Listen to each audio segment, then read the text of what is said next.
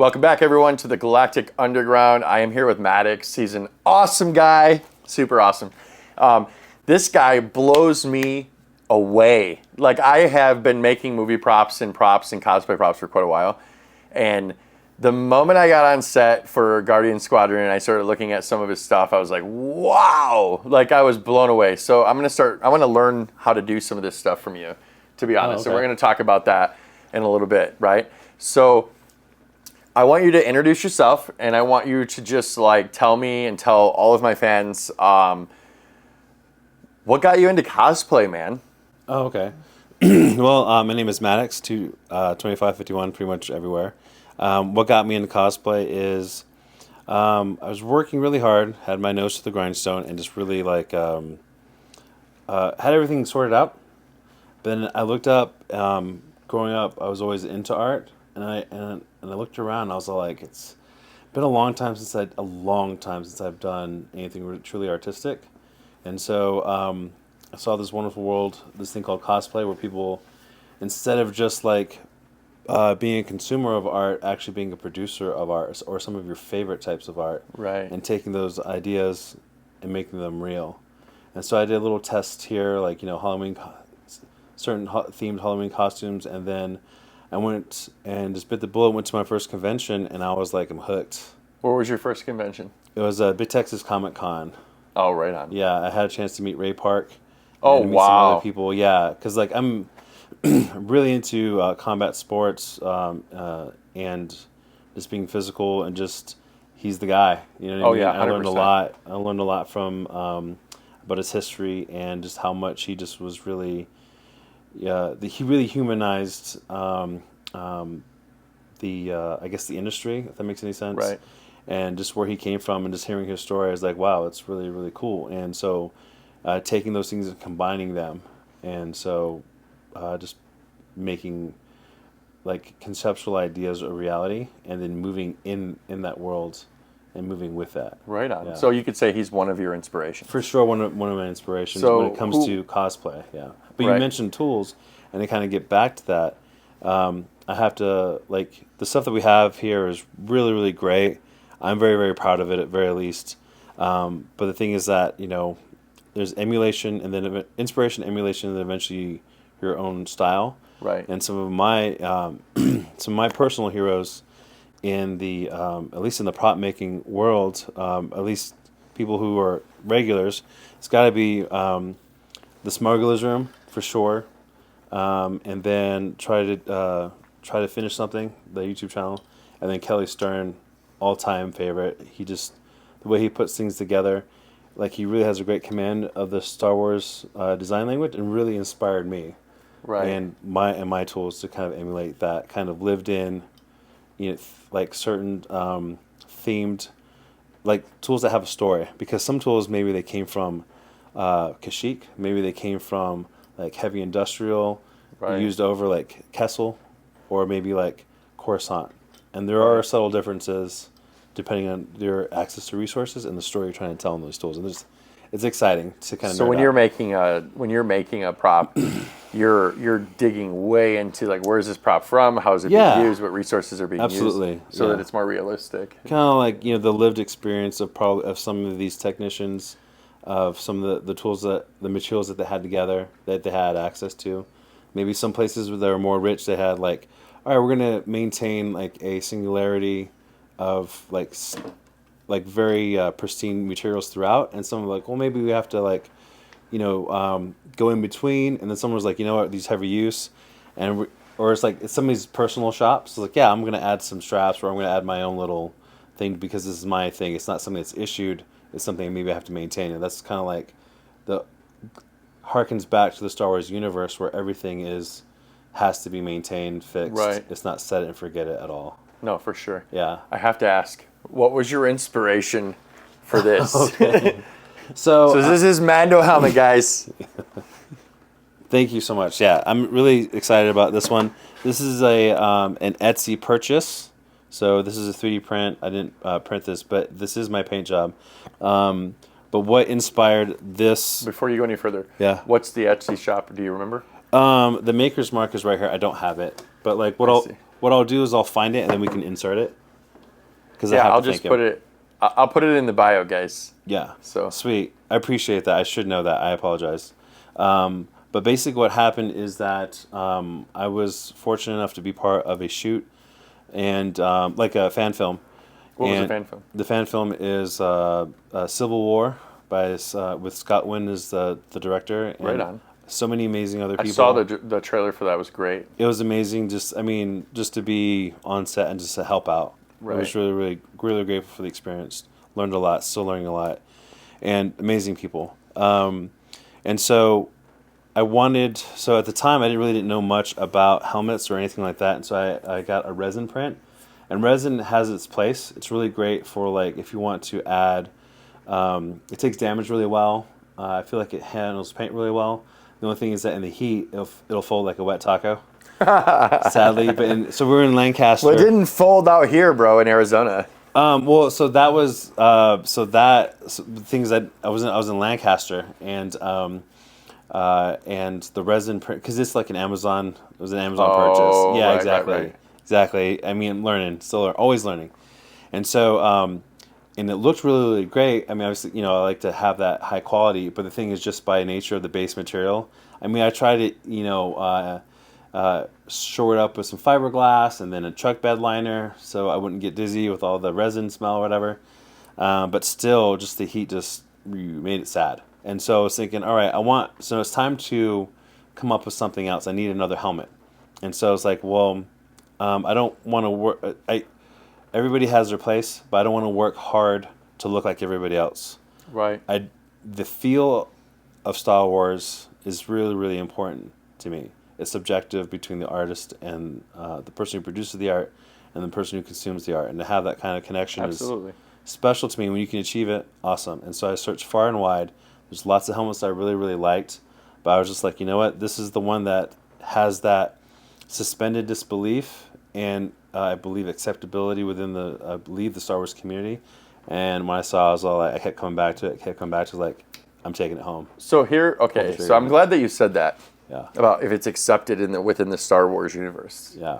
So I like to think a little bit more outside the box, right? Beautiful. Yeah. And I know that there's people out there that are elitists, that they're like, this is not in a George Lucas canon film. And there's a place for that. There is a place for it. Yeah, I definitely admire those people that. But you have to remember that an entire universe was created. Thousands of years. And in lots of planets that were never really told in story and everything else. So who knows, what somebody would have done with their helmet or their armor or whatever. I mean, and the reason I say that is because, like, even in the Mandalorian, and I'm not trying to get all weird on everybody right now and take it off of you. Let's get weird, baby. But the thing is that your armor is very unique. I've seen it in the film, and you guys will see it when you guys watch Guardians Squadron.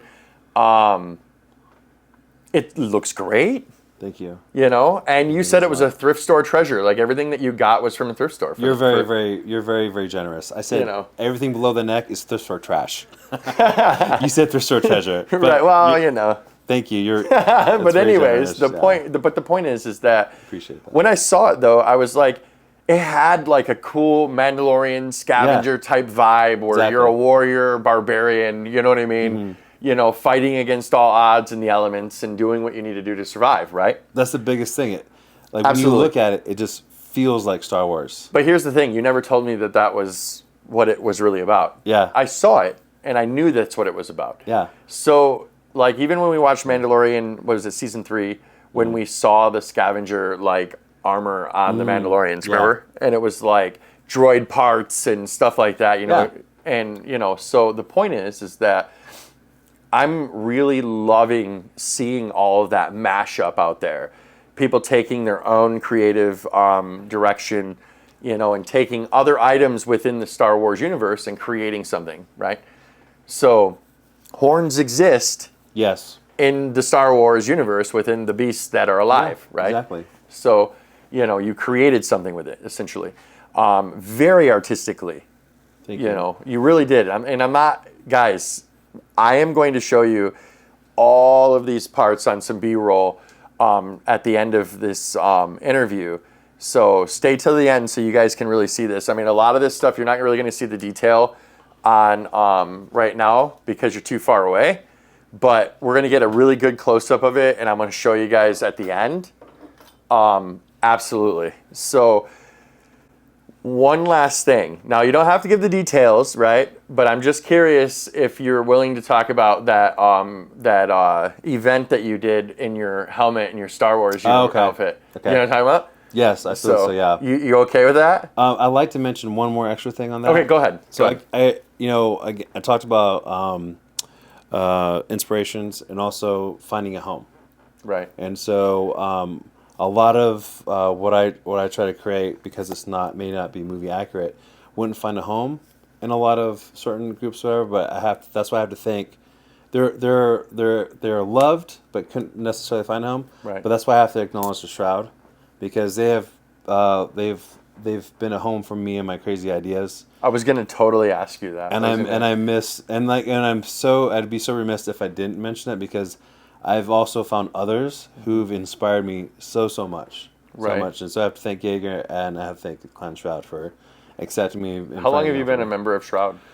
Since 2022.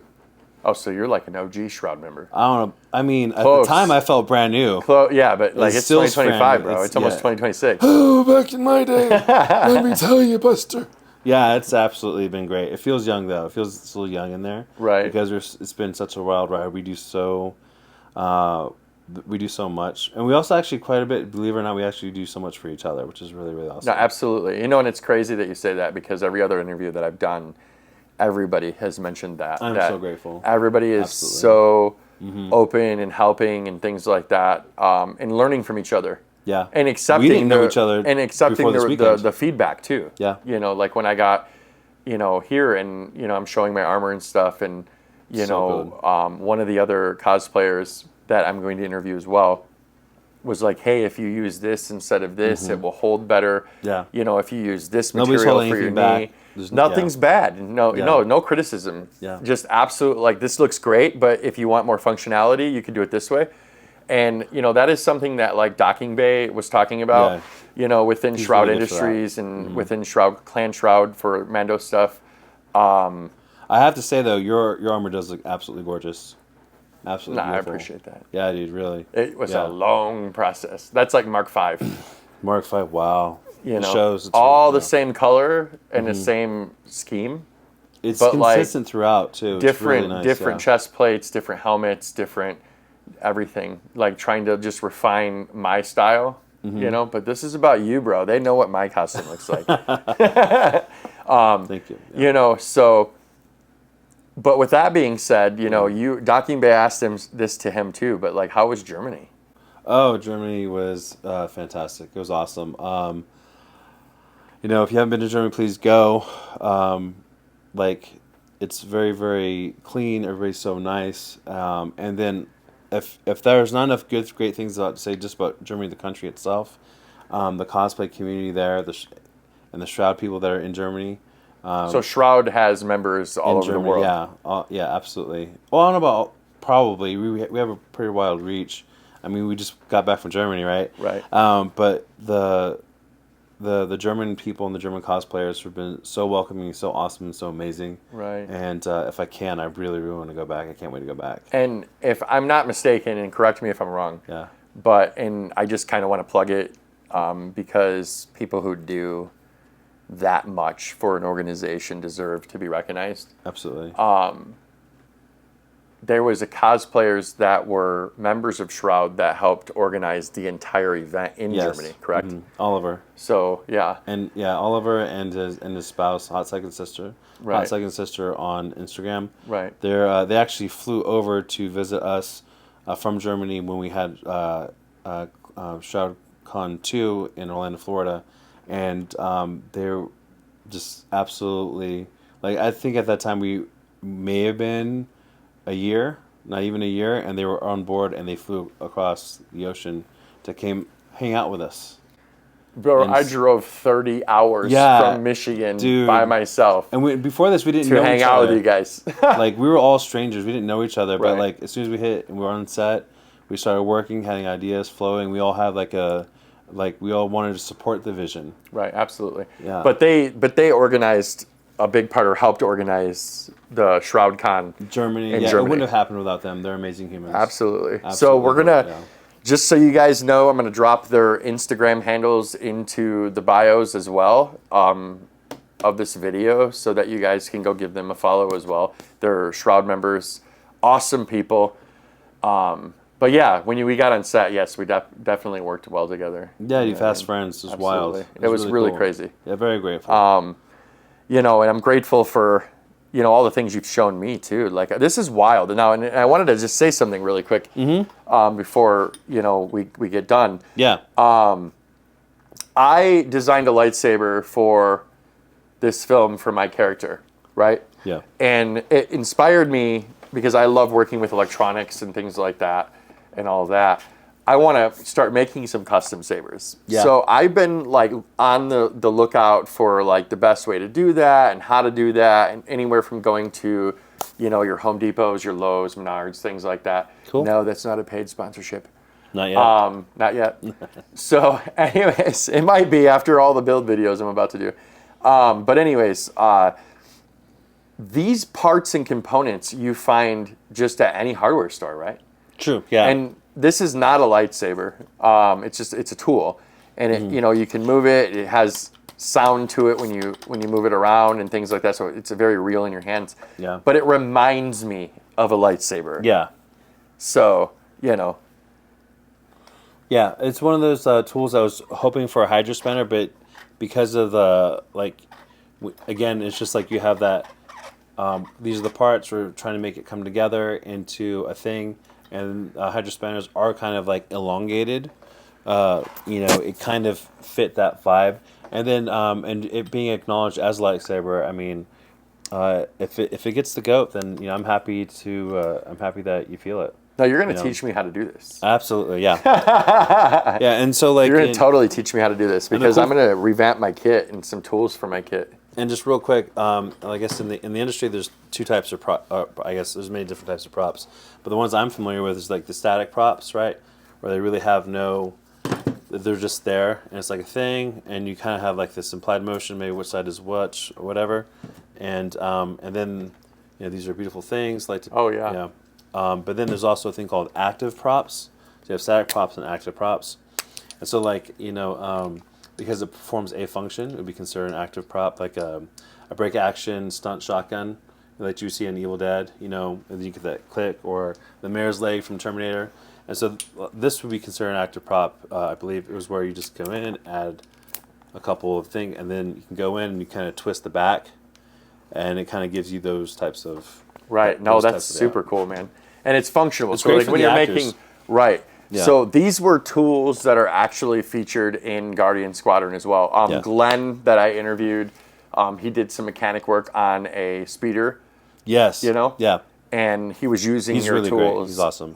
Very good dude. And like, I'm just going to say, like, I totally fangirled. Oh, thank you so much. That means a lot. You know? Yeah, dude. Because like when I walked in that area where we were going to be filming, Yeah. and I saw your tools there, I didn't know that they weren't off of a Star Wars movie that's already been made.